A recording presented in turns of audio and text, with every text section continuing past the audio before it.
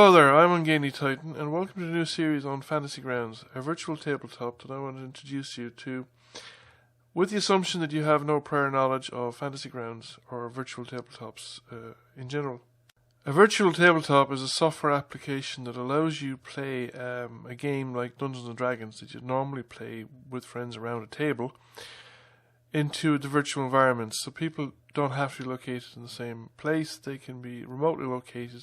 One person hosts the game and everybody else then logs in to that virtual tabletop, and it shares player resources, dice rolling, all that kind of stuff. And Fantasygrounds is one of these applications that does this, and is one that I'm using. Fantasygrounds is available at Fantasygrounds.com. And there's a variety of games available for it, as you can see here. Fantasygrounds is also available on Steam. You can go to the Steam store on your Steam client and you can buy Fantasygrounds or download it for free. This brings up the issue of licensing. There are 3 license modes for Fantasygrounds. There are the demo mode, where you don't pay anything, you get the application for free. You essentially can do everything, but you are limited, it won't save anything, and an unlicensed copy of Fantasygrounds can only connect one instance of it to a licensed copy of Fantasygrounds. To connect multiple instances of unlicensed copies to Fantasygrounds, you need the ultimate license. So you have the ultimate license, the standard license, and the unlicensed free version.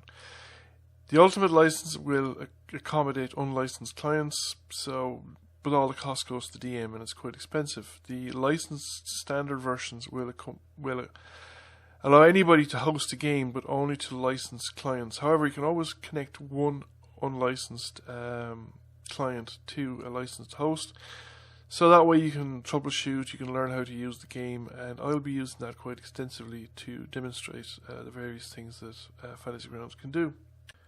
These licenses can be bought outright, or you can pay it by subscription. So, depending on what way you want to do it. If you have installed Fantasygrounds via Steam, you just go into Steam Library, click play, and it'll launch Fantasygrounds for you. And this is the startup screen on Fantasygrounds. On the other hand, if you don't want to use the Steam Library, or haven't used the Steam Library, or you want to run a second instance of Fantasygrounds, then you'll need to create a shortcut either somewhere to run the second instance. So if you go into the drive that Fantasygrounds is installed on, so it's program files, and there's Fantasygrounds, you can create a shortcut from the Fantasygrounds game, either pinning it to the start button or pinning it to the taskbar. And that will allow you to run Fantasygrounds directly, bypassing Steam, and it would also allow you to run more than one instance of Fantasygrounds. Now I have Fantasygrounds pinned to the taskbar,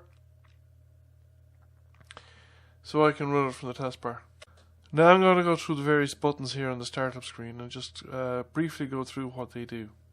Let's start with the 3 here in the top right hand corner. There are 3 buttons here. The first one here, the X, just shuts down the application. It's your standard Windows shutdown button. This one is a window mode button. It just changes from full screen to whatever screen size you previously opened to. And the third one opens the data folders. Now the data folder one is potentially interesting. If you open the data folders, you get all the data folders for the game. And most of it is not interesting from a player's perspective, but the portraits are, because this is where you can get your default character portraits. It's not the same as tokens.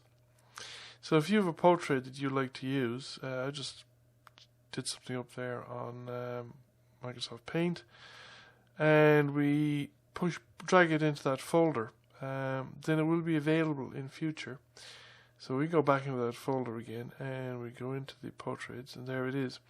So that means that drawing, or that painting or picture is available for use in Fantasygrounds as your character portrait. And that of course could be useful to you in game, because it allows you to do customized portraits. First off, everything inside that beige window is a series of buttons, and they do pretty much what it says in the tin. They give you mostly external links on the websites, so you require the internet to use them. Read user manual, user guides, there's a wiki, tour of Fantasygrounds is a kind of an advertising page. Watch videos are people support videos, how to do stuff, and various things like that.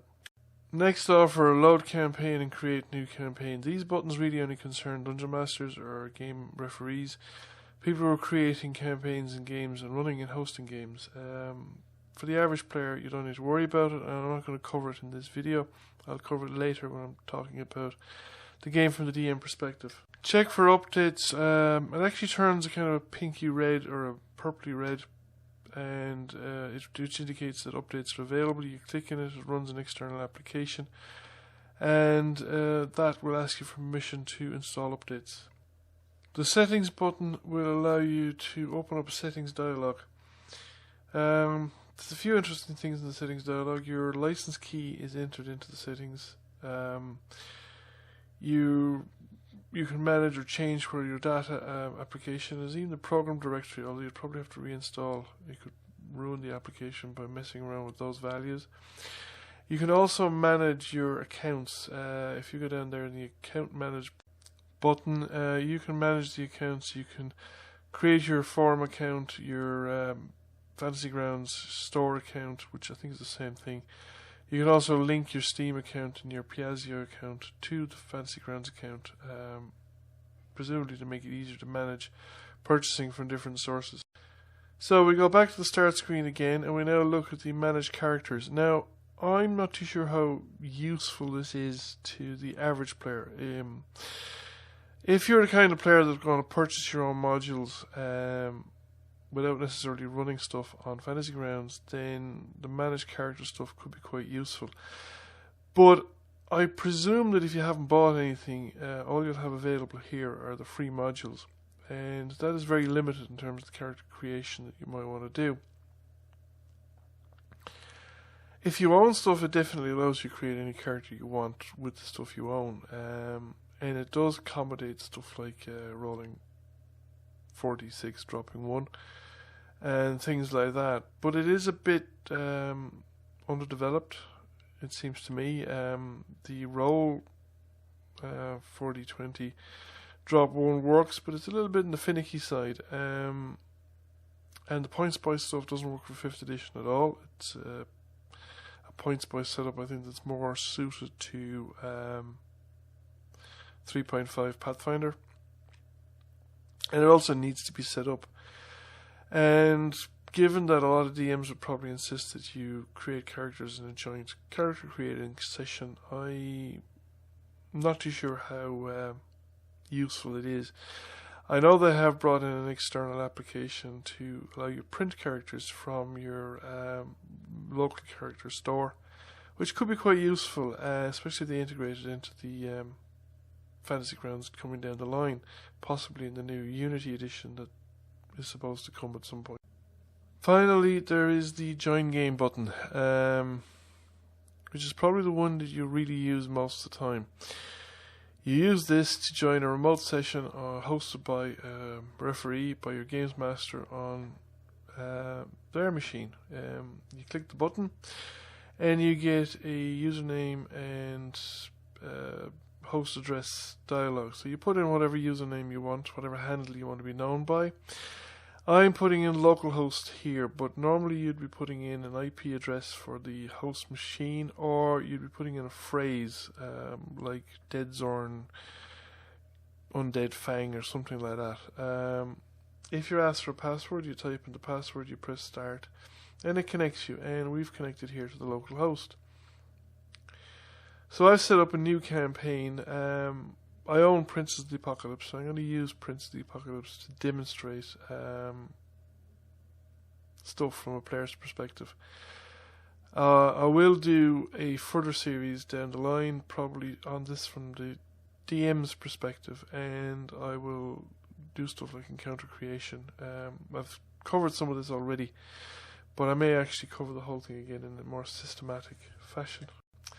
By default, you're giving a character selection, but since nobody's created any characters, there's nothing in it.